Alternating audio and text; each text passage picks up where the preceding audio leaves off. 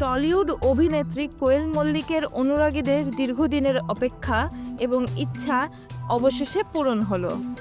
আজ দুর্গাপূজার সপ্তমীর বিশেষ আবহে কোয়েল মল্লিক তার ছোট্ট মেয়ে কাব্যকে প্রথমবার জনসম্মুখে নিয়ে এলেন।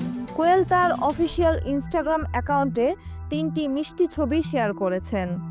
এর মধ্যে একটি ছবিতে দেখা যায় কোয়েল মেয়ে কাব্যকে আদরের সঙ্গে কোলে নিয়ে দাঁড়িয়ে আছেন।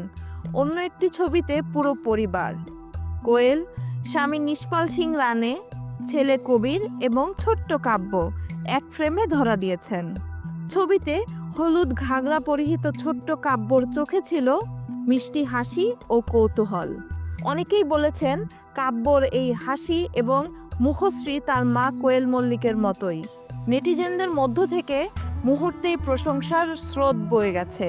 মল্লিক বাড়ির দুর্গাপূজার এই পারিবারিক মিলন, মায়ের ভালোবাসা এবং সময়ের সাথে প্রকাশের সাহস, সবকিছু মিলে মুহূর্তটি আরও উজ্জ্বল হয়ে উঠল। এর আগে কোয়েল সোশ্যাল মিডিয়ায় মেয়ের জন্মের সংবাদ জানালেও কাব্যকে আড়ালে রেখেছিলেন। দুর্গাপূজার এই বিশেষ দিনে প্রকাশ্যে আসা কাব্যর ছবি যেন এই উৎসবের আনন্দকে আরও বাড়িয়ে দিল।